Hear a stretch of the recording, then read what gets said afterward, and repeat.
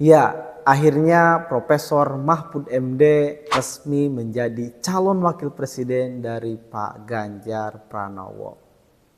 Ini menurut saya pasangan yang cukup ideal, di mana Profesor Mahfud MD ini barang bagus dan paket komplit menurut saya. Pada awalnya sih saya berharap Profesor Mahfud MD ini menjadi calon wakil presiden Pak Prabowo Subianto.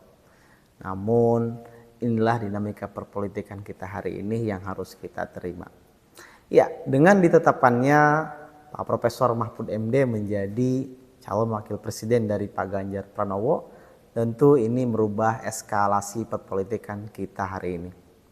Namun di sini saya ingin menyoroti dua hal, yaitu pertama dampak politik terhadap pasangan Anies Caimin dan juga mungkin dampak politik terhadap Pak Prabowo Subianto terkait ditetapkannya Profesor Mahfud MD menjadi calon wakil presiden dari Pak Ganjar Pranowo.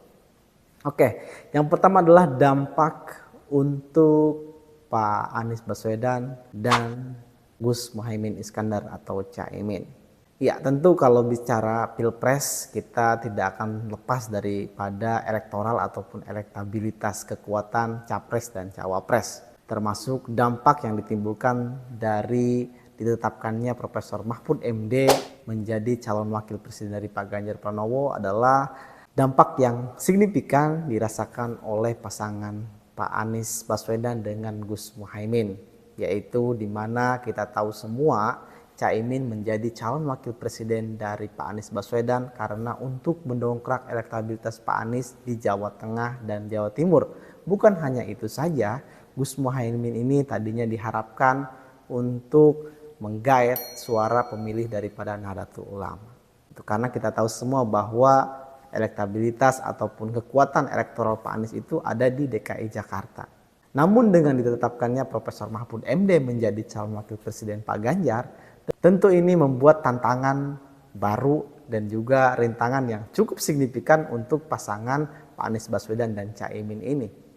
Tadinya koalisi dari pendukung Anies Caimin ini mengharapkan Gus Muhaimin memberikan elektoral yang besar dari NU maupun pemilih Jawa Tengah dan Jawa Timur, nampaknya harus kandas di tengah jalan.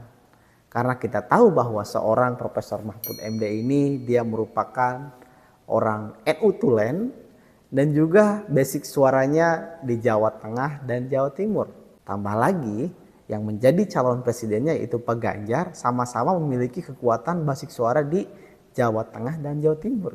Jadi kalau untuk Jawa Tengah dan Jawa Timur saya rasa dikuasai oleh pasangan Pak Ganjar Pranowo dan Pak Profesor Mahfud MD.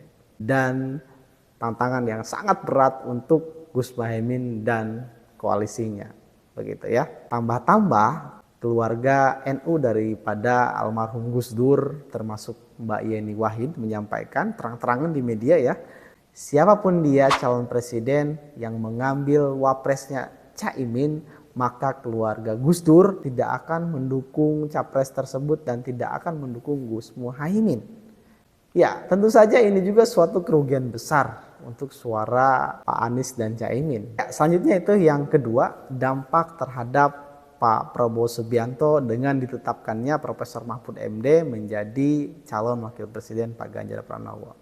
Yang pertama, ini dampaknya cukup bagus untuk Pak Prabowo Subianto. Kenapa? Karena hanya Pak Prabowo saat ini yang belum menentukan calon wakil presiden. Artinya Pak Prabowo di sini dengan leluasa bisa membaca kekuatan dan kelemahan lawan, baik itu pasangan Pak Ganjar dan Pak Mahfud maupun pasangan Pak Anies dan Caimin. Dan kita semua tahu bahwa Pak Prabowo Subianto ini memiliki elektoral yang besar di Jawa Barat, Banten, dan Sumatera.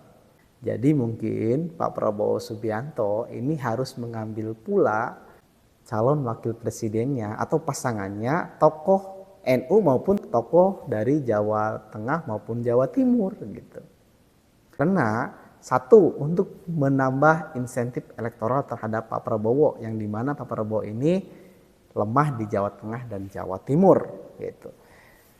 Yang kedua, ini juga strategi untuk memecah suara Jawa Tengah dan Jawa Timur gitu. Jadi kalau Pak Prabowo bisa mengambil cawapres yang merepresentasikan NU ataupun tokoh Jawa Tengah dan Jawa Timur, artinya ini akan mengacak-acak suara di Jawa Tengah dan Jawa Timur begitu. Dan kalau suara Jawa Tengah dan Jawa Timur acak-acakan gitu, ini juga suatu keuntungan Pak Prabowo karena Pak Prabowo Subianto banyak suaranya ada di Jawa Barat, Sumatera, dan Banten. Artinya ini tidak dimiliki oleh Pak Ganjar maupun Pak Anies ya. Kalau Pak Anies kan di Jakarta, Pak Ganjar sama-sama Jawa Tengah dan Jawa Timur. Jadi kalau Pak Prabowo wapresnya tokoh NU ataupun tokoh Jawa Tengah dan Jawa Timur, tentu saja ini akan menguras suara di Jawa Tengah dan Jawa Timur gitu. Artinya Pak Prabowo akan aman gitu karena suara Jawa Barat dan Banten dan Sumatera aman gitu. Kecuali memang wapres Pak Ganjar ini Jawa Barat misalkan Pak Ridwan Kamil ya kan. Kalau wapresnya Pak Anies Ridwan Kamil ataupun Pak Ganjar Pranowo Ridwan Kamil, ya tentu saja suara di Jawa Barat di mana yang memiliki kekuatan elektoral besar di sana kan ada tokoh Ridwan Kamil, maka Pak Prabowo harus hati-hati. Tapi kan ini yang terjadi, semua wapresnya yang ada saat ini tokoh Jawa Timur dan Jawa Tengah. Jadi ini cukup menguntungkan untuk Pak Prabowo Subianto menurut saya. Namun kita lihat saja dinamika perpolitikan ke depan seperti apa. Apakah Pak Prabowo Subianto benar-benar mengambil tokoh Jawa Timur atau Jawa Tengah ataupun dari NU? Kita lihat saja ke depan. Terima kasih sudah menonton video ini. Kita dalam acara Bali Membahas Politik.